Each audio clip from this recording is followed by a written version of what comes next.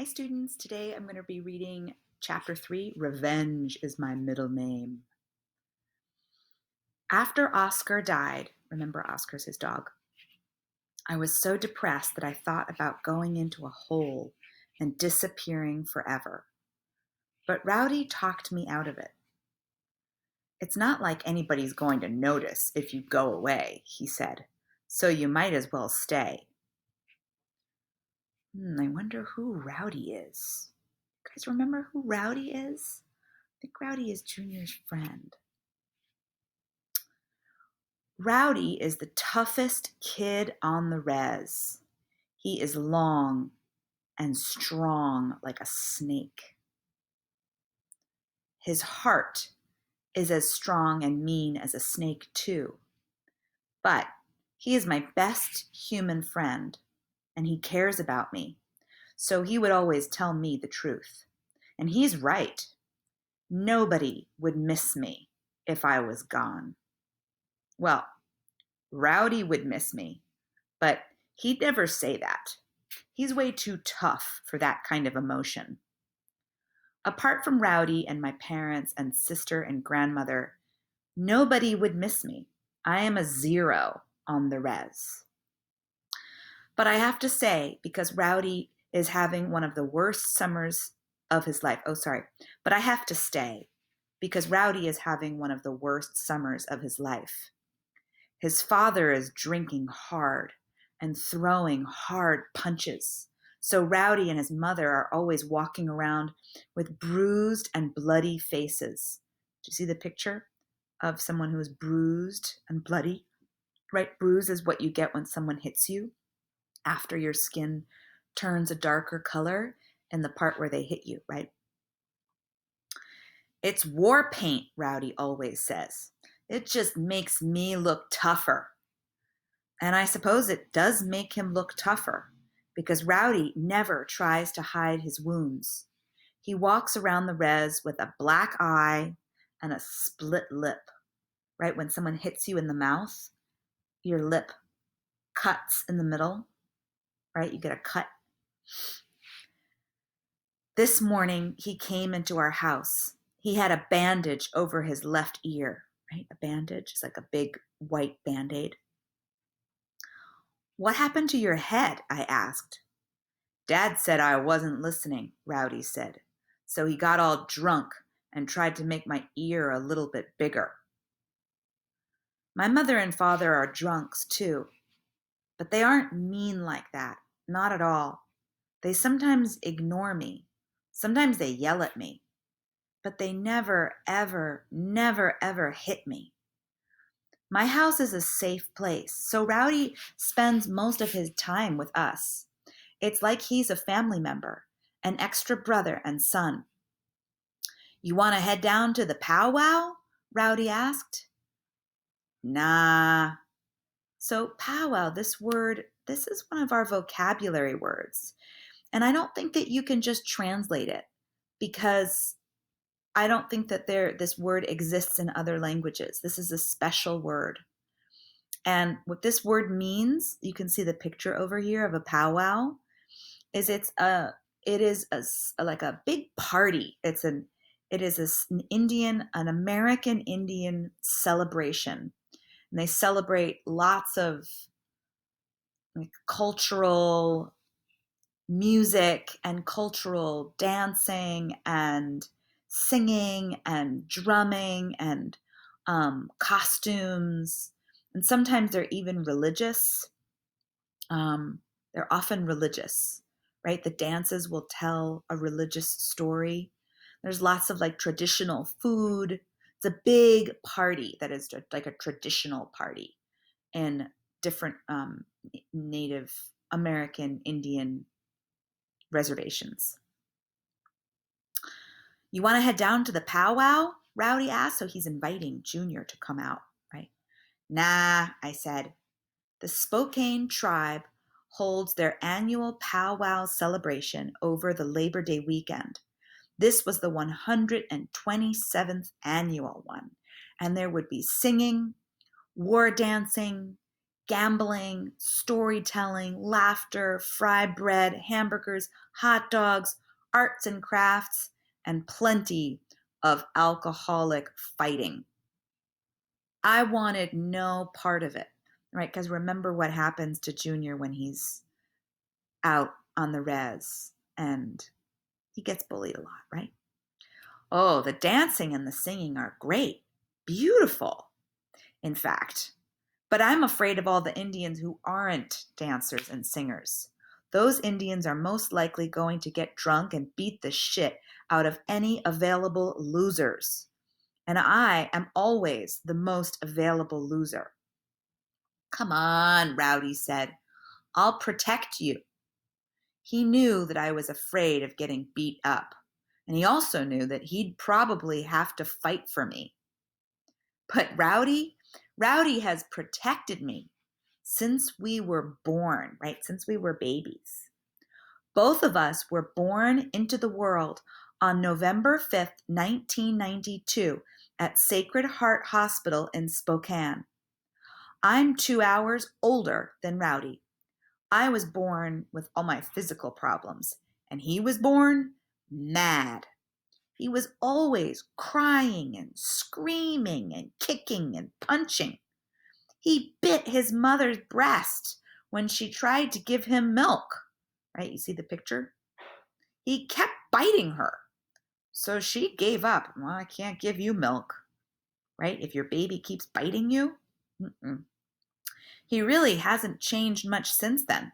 Well, at 14 years old, it's not like he runs around biting women's breasts, but he does punch and kick and spit.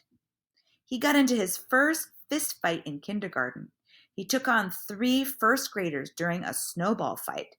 And then he punched the teacher who came to stop the fight. He didn't hurt the teacher, not at all. But man, let me tell you, that teacher was angry. What's wrong with you? He yelled. Everything, Rowdy yelled back. Rowdy fought everybody, right? He had fights with everybody. He fought boys and girls, men and women. He fought dogs. Hell, he fought the weather. He'd throw wild punches at rain, honestly. Come on, Rowdy said. Let's go to the powwow. You can't hide in your house forever. What if somebody picks on me? I asked. Then I'll pick on them. What if somebody picks my nose? I asked. Then I'll pick your nose too, Rowdy said. You're my hero, I said. Come to the powwow, Rowdy said. Please. It's a big deal when Rowdy is polite. Okay, I said. So Rowdy and I walked the 3 miles to the powwow. It was dark, and the drummers and singers were loud and wonderful. Hey, let's go buy some whiskey, Rowdy said. I got $5. Don't get drunk, I said. You'll just get ugly. I'm already ugly, Rowdy said. He laughed, tripped over a rock, right? He fell, and fell into a minivan. He hit his face hard against the window of the minivan. It was pretty funny, so I laughed. That was a mistake. Rowdy got mad. He pushed me to the ground, and he almost kicked me. I could tell he wanted to hurt me for laughing, but I am his friend, his best friend, his only friend. He couldn't hurt me. So he grabbed a garbage bag filled with empty beer bottles and threw it at the minivan. Glass broke everywhere. Then Rowdy grabbed a shovel. That's this, right? He grabbed a shovel off the ground and he attacked that van. He just beat the crap out of it. Smash, boom, bam. He dented the doors and smashed the windows, right, of the car. And he knocked off all the mirrors. I was scared of Rowdy, and I was scared of getting thrown in jail for destroying the van. So I ran away. But that was a mistake.